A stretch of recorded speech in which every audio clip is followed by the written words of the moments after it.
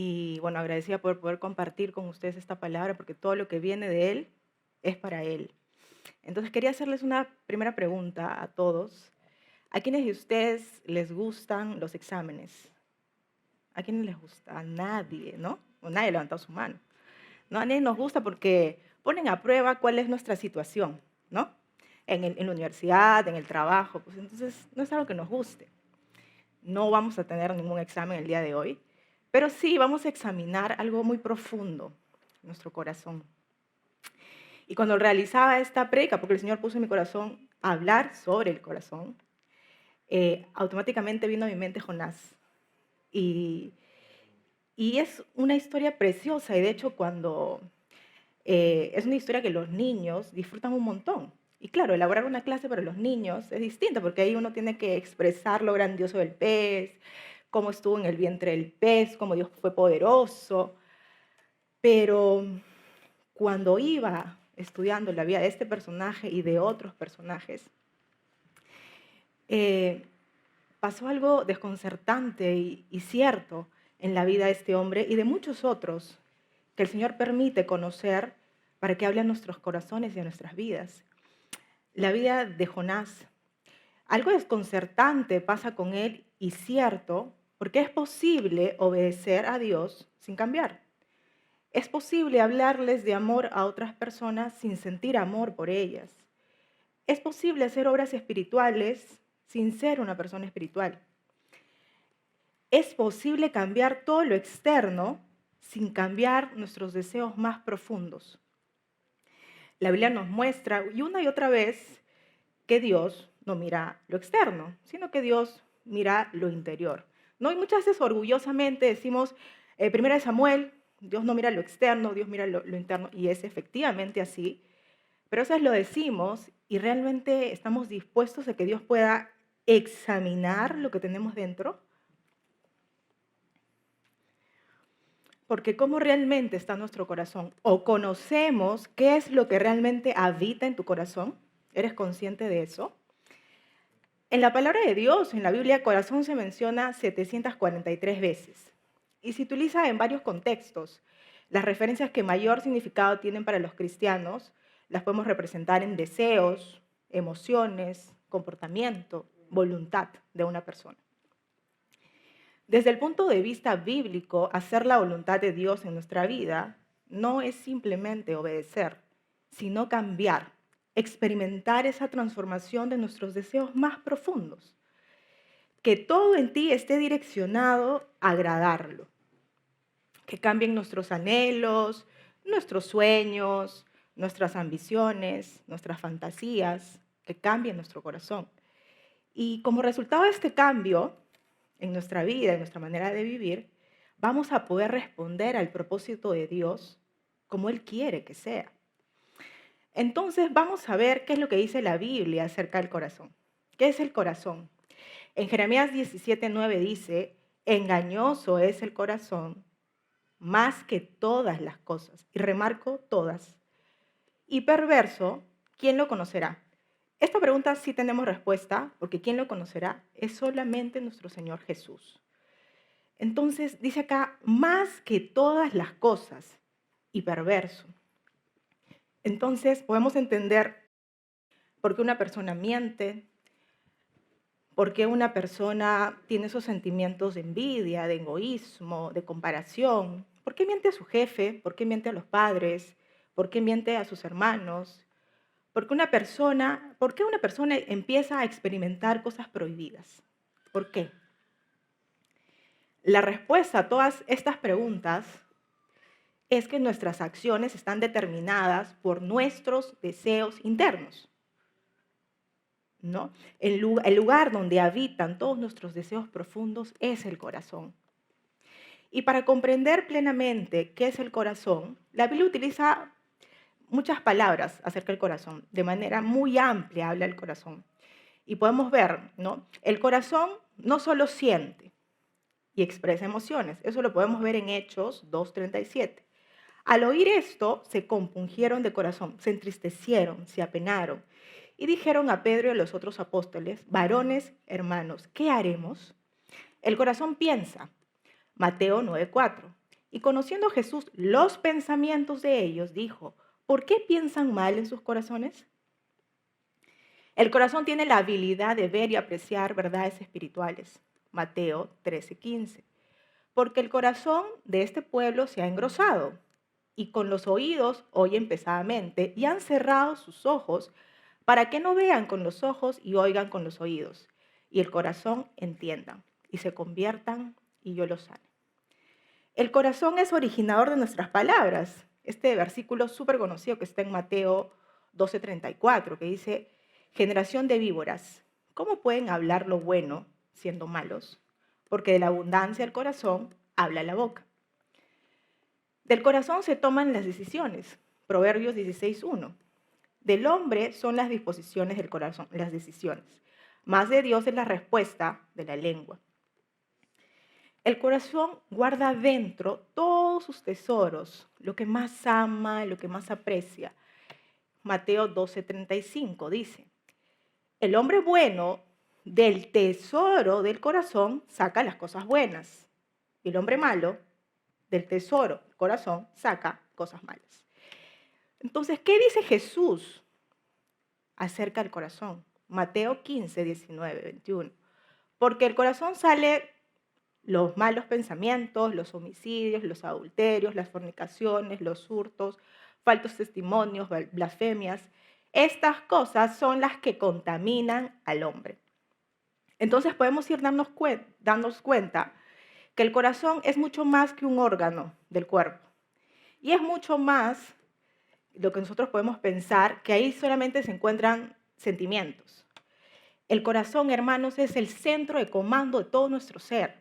Es allí donde se originan todos nuestros objetivos, nuestras prioridades en la vida. El corazón define lo que uno ama, lo que uno disfruta, cómo te estás moviendo.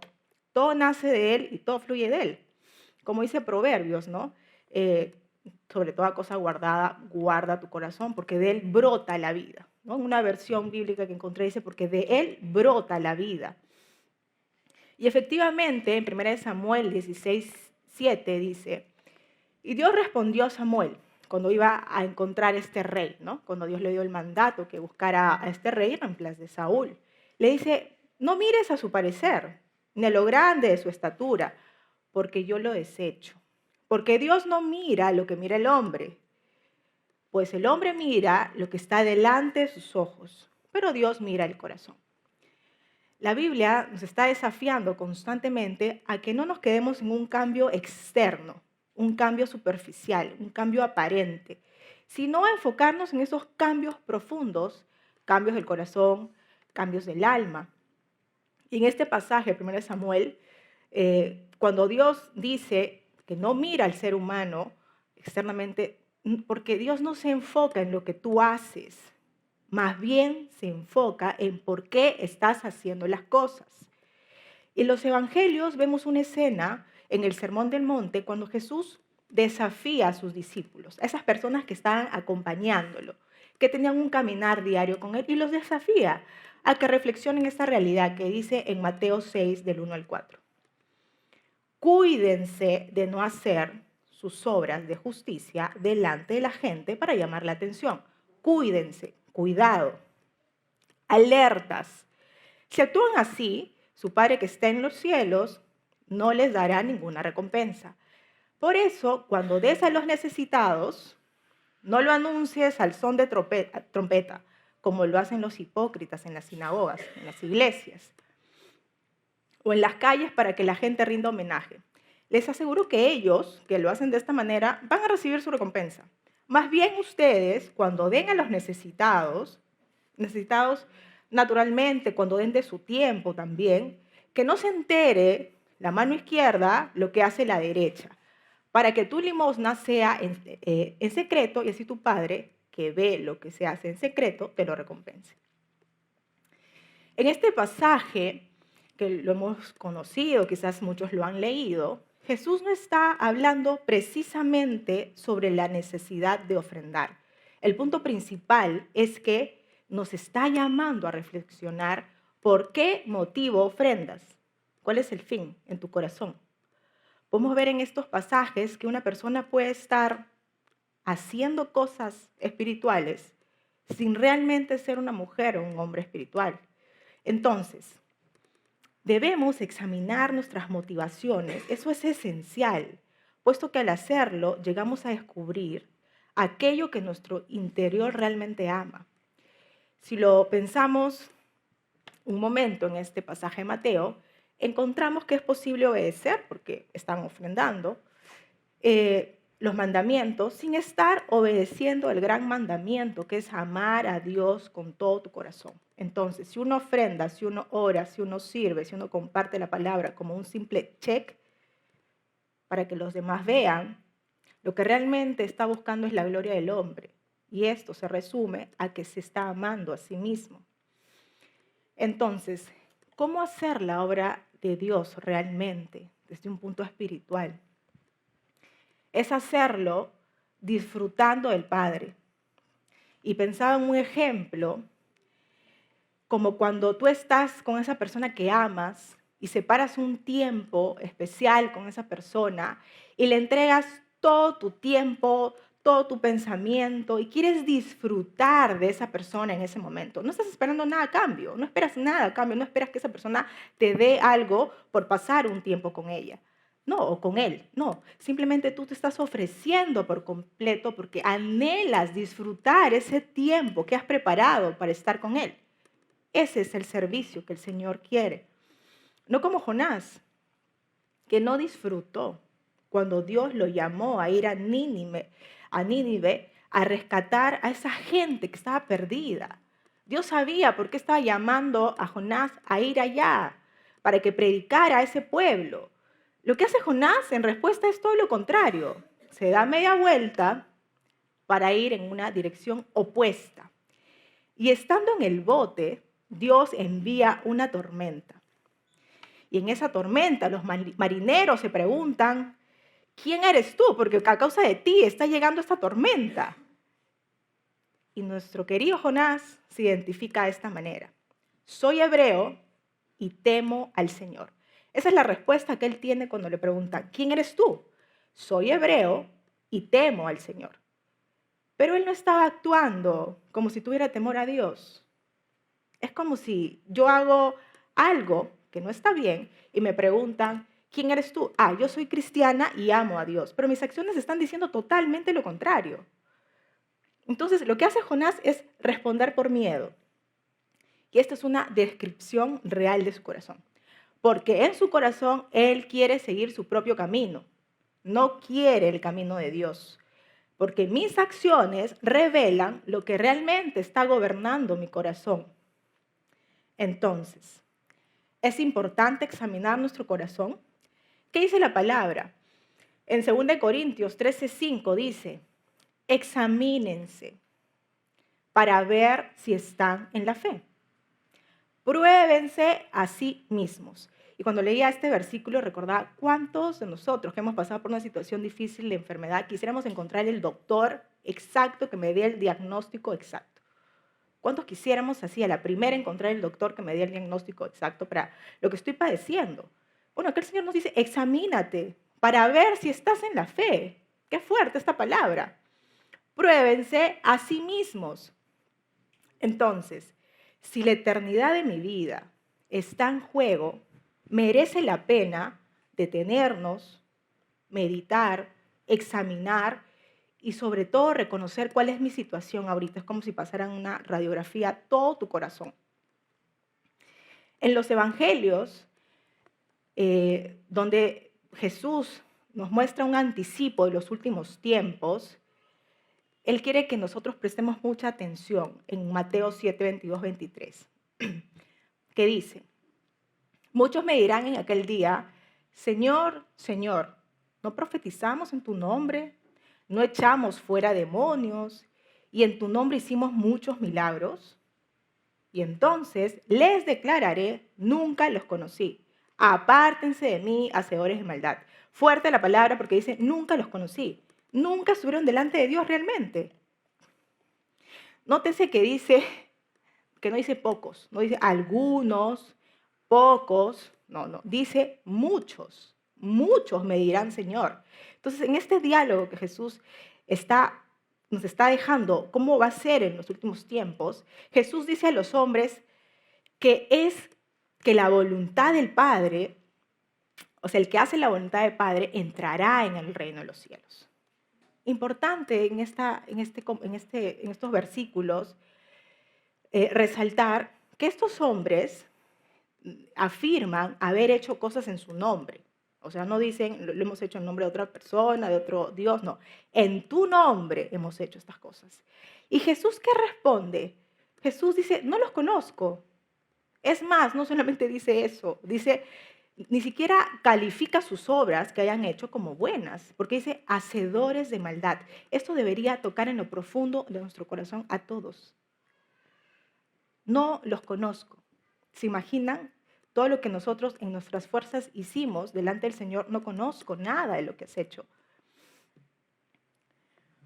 Es decir, que aún sirviendo a Dios, estaban practicando maldad en su corazón, porque no dice paralelamente, o sea, en la iglesia una cosa, acá otra, no, dice cuando estaban en el servicio, se está refiriendo a creyentes. Entonces, hay algo en los corazones por la cual nuestro Señor Jesús los desestimó. Y ojo que no me estoy refiriendo a ateos, a otras religiones, sino a creyentes, a los que profesan con su boca que son hijos de Dios, pero que no se deleitan en Él. No están encontrando esa plenitud en el Señor.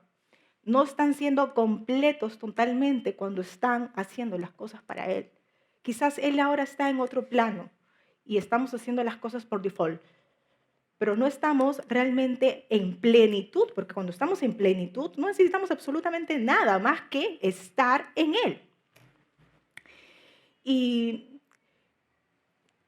cuando el Señor dice, jamás los conocí, de tocar profundamente nuestro corazón, jamás los conocí. Es decir, que el Señor no va a juzgar la obra que uno hace, sino la motivación por la cual uno está haciendo las cosas. Eso es lo que va a juzgar. Y hay una manera de poder mirar nuestro corazón y es con una simple pregunta. ¿Por qué?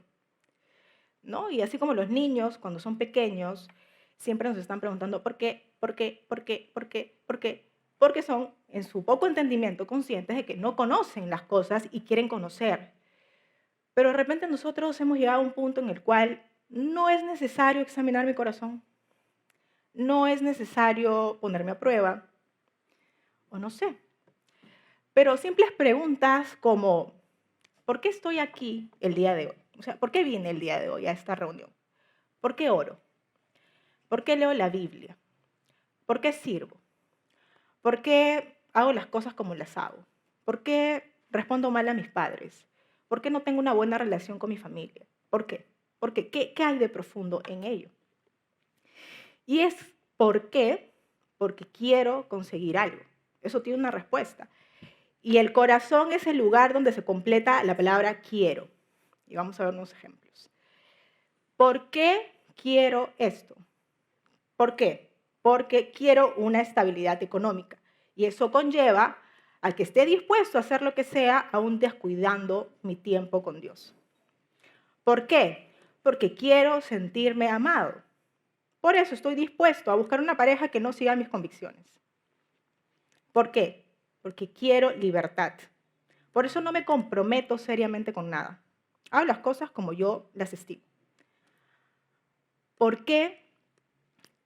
Porque quiero una vida tranquila, cómoda. Por eso no me involucro en las cosas de la iglesia, en las cosas del hogar también.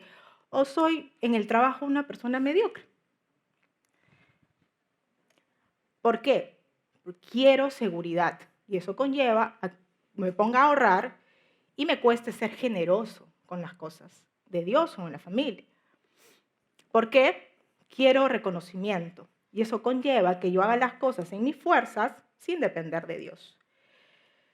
Y acá quería compartir con ustedes una imagen. Si ustedes pueden ver, es un iceberg. Seguramente lo han visto por películas o fotos.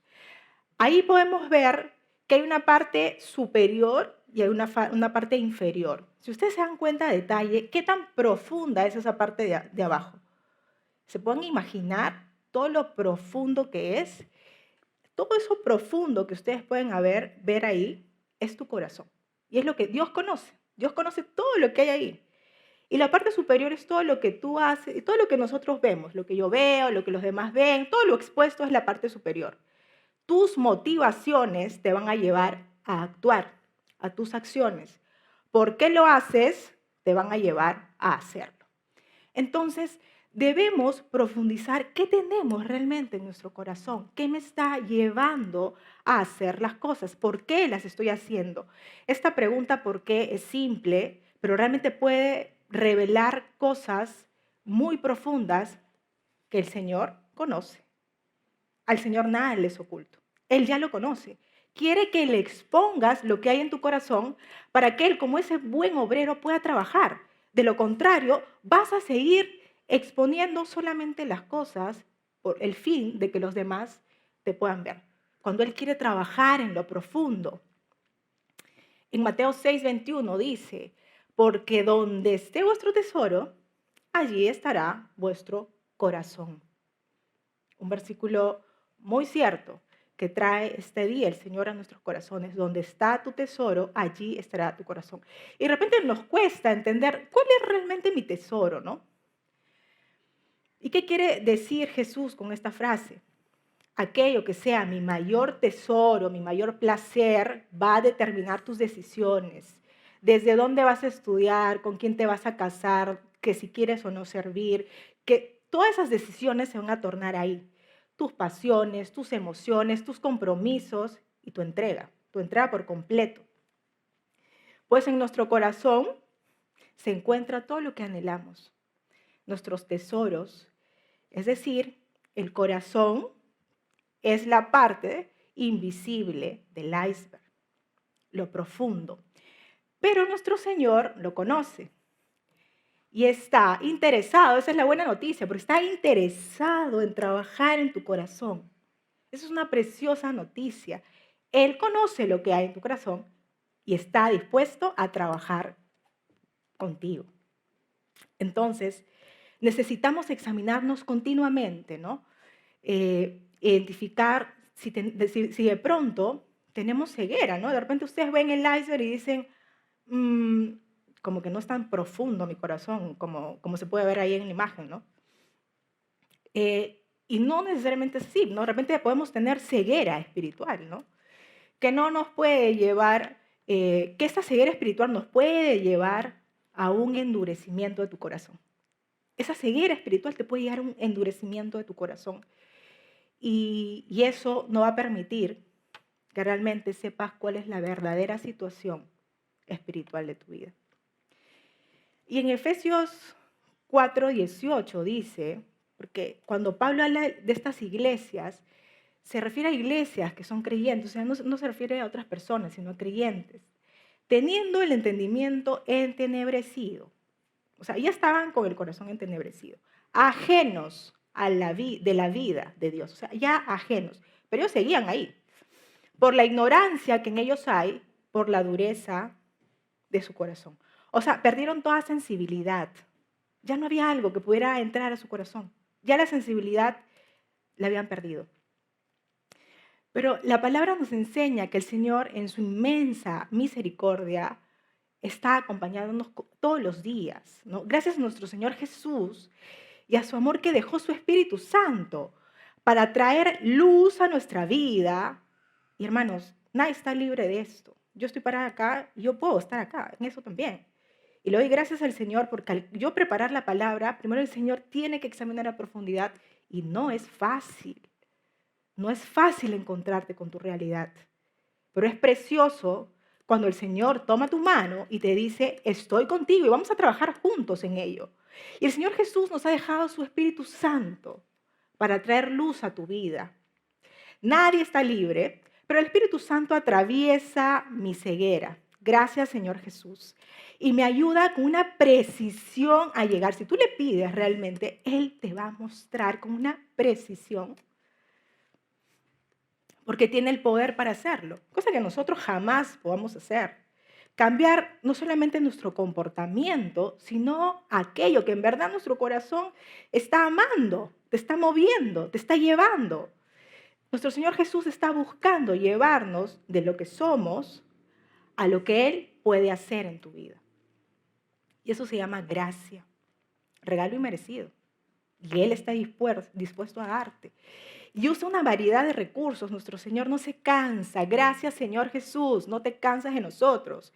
Una serie de recursos como su palabra, la oración, el congregarnos, el compartir con otras personas, que en verdad es algo que llena profundamente nuestro corazón. Él te da recursos, libros, preciosos libros en los cuales nosotros también podemos estudiar la palabra. Entonces, los recursos los tenemos, ¿no? Y la palabra de Dios, como es viva y como es eficaz, Él continuamente está hablando a sus hijos. Y podemos ver que hubieron vidas que quizás ustedes en estos momentos dicen, ¿realmente es necesario examinar mi corazón? ¿Qué puedo sacar? Vamos a ver vidas que decidieron examinar su corazón, que dieron ese paso de fe, que entendieron el consejo y dieron ese paso de fe. Examinaron su corazón a profundidad y obtuvieron grandes revelaciones. No solamente revelaciones, sino que rindieron su ser por completo a su Señor. Por ejemplo, Isaías, cuando examinó su corazón y dijo, ay de mí, porque perdido estoy. Cuando Pedro afirma, apártate de mí, Señor, porque soy un pecador. Pablo. O cuando Pablo dice, miserable de mí, ¿quién me librará de este cuerpo de muerte? Ellos examinaron su corazón y encontraron eso. Entonces, la experiencia de ellos es similar a la que puede experimentar un hombre que Jesús llama pobre de espíritu. Sí, hermanos, el Señor a estas personas les llama pobres de espíritu. Porque la experiencia de estos hombres es algo que, una rendición total a su Señor. Y en Mateo 5:3 lo dice nuestro Señor. El Señor no deja ningún cabo suelto. En Mateo 5:3 dice, bienaventurados los pobres en espíritu, porque de ellos es el reino de los cielos. El Señor ama cuando tú reconoces en qué estás mal. Él no se espanta, hermanos, porque Él sabe lo que hay. Él conoce nuestros errores. Por eso, ¿por qué? Porque Él fue a la cruz. Y cuando fue en la cruz, Él sabía todo lo que iba a encontrar en los corazones de sus hijos, sobre todo en lo más profundo. Y el Señor dice, pobres de espíritu, porque un pobre de espíritu es una persona capaz de verse tal cual es. Al examinarse llega a lo más profundo de su ser y no encuentra nada absolutamente valioso delante de Dios. Ni siquiera sus obras o actos de generosidad que piensa que puede compararse. No hay manera. Y eso es algo bueno, hermanos, cuando nuestro Señor nos dice, bienaventurados, alégrense, dichosos ustedes, pobres de espíritu, porque al reconocer nuestra condición, nuestro Señor va a poder trabajar con nuestra vida. Entonces, examinar nuestras motivaciones y deseos más profundos, hermanos, es esencial, porque también nos permite ir derrotando esos pensamientos, quizás inconscientemente, que tenemos como cristianos, en pensar que nosotros somos los buenos y los creyentes son los malos.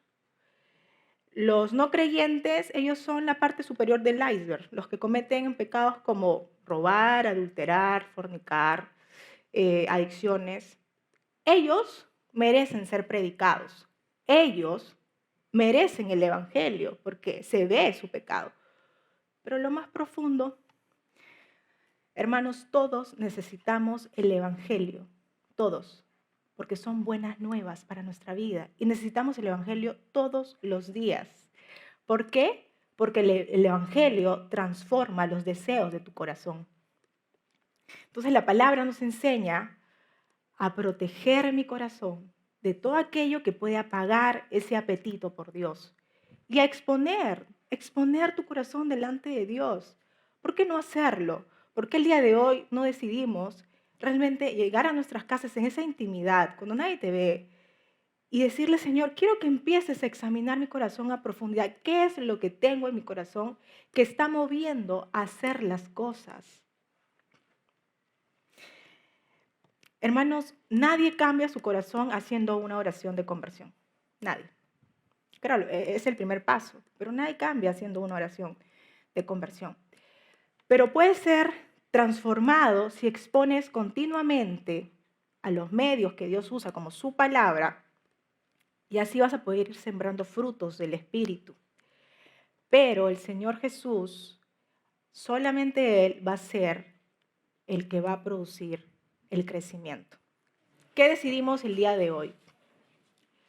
Sembrar para ti, que significa utilizar todos los recursos que tienes a la mano, a tu disposición, para encontrar vida y satisfacción, creyendo erróneamente que estás en lo correcto. O escuchas esta palabra y tu corazón está... Una palabra más.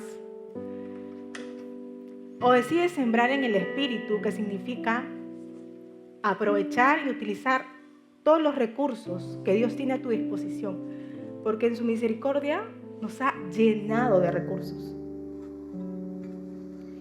Y esto lo ha provisto para que mediante su gracia puedas encontrarlo realmente. ¿Quieres ser alguien que sea o que tenga el corazón conforme al de Dios? Ser alguien conforme al corazón de Dios. Dios lo dijo. Habló de David, el rey. Dice que David fue un hombre conforme a su corazón. ¡Qué privilegio! Y uno empieza a analizar la vida y las características de David, que no fue perfecto. Porque, hermanos, Dios no busca tu perfección. Dios busca tu dependencia. Eso quiere el Señor.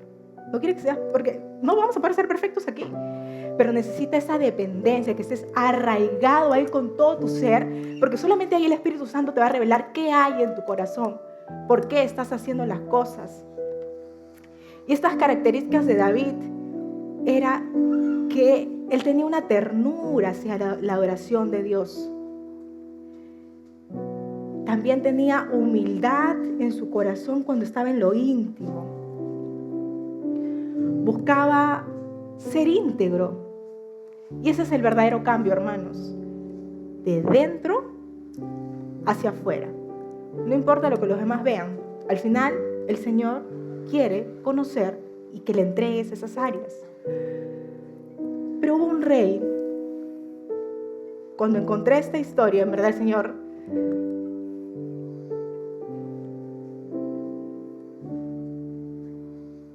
confrontó mi corazón. Hubo un rey, que es el rey Amasías, que dice en 2 Crónicas 25:2,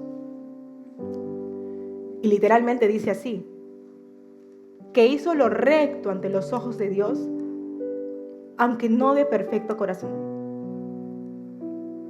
Vuelvo y lo repito.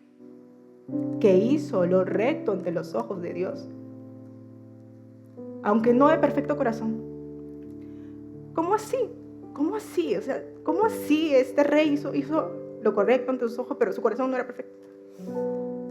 Su fracaso vino al final de su reinado. Él sabía que la palabra de Dios era veraz y hacía lo que tenía que hacer. Pero cuando vio algo que anhelaba en su corazón y no salía y esperaba, su corazón se llenó de resentimiento, se llenó de envidia, de egoísmo. Y eso hizo que en lo íntimo estos se convirtieran dioses en su corazón. Y Dios en su misericordia mandó un profeta que le dijo: estás haciendo delante del pueblo lo correcto, pero en lo privado estás adorando a otros ídolos. ¿De qué sirve esforzarnos si el corazón no está en lo correcto delante del Señor?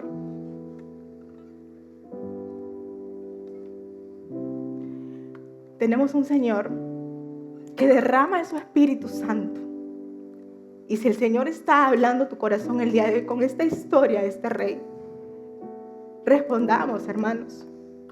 Examinemos a profundidad nuestro corazón. Y si está endurecido, Señor Jesús, vuélvelo tierno, vuélvelo dócil a la voz, a tu voz. Nosotros tenemos una promesa vigente, hermanos. Y es que a través del sacrificio de nuestro Señor en la cruz, tenemos acceso directo a la gracia para recibir misericordia. El Señor no está mirándote con ojos de juzgar. Él quiere obrar en tu vida. Acerquémonos a ese trono de gracia y misericordia. Él está más que interesado en renovar tu corazón, mi corazón.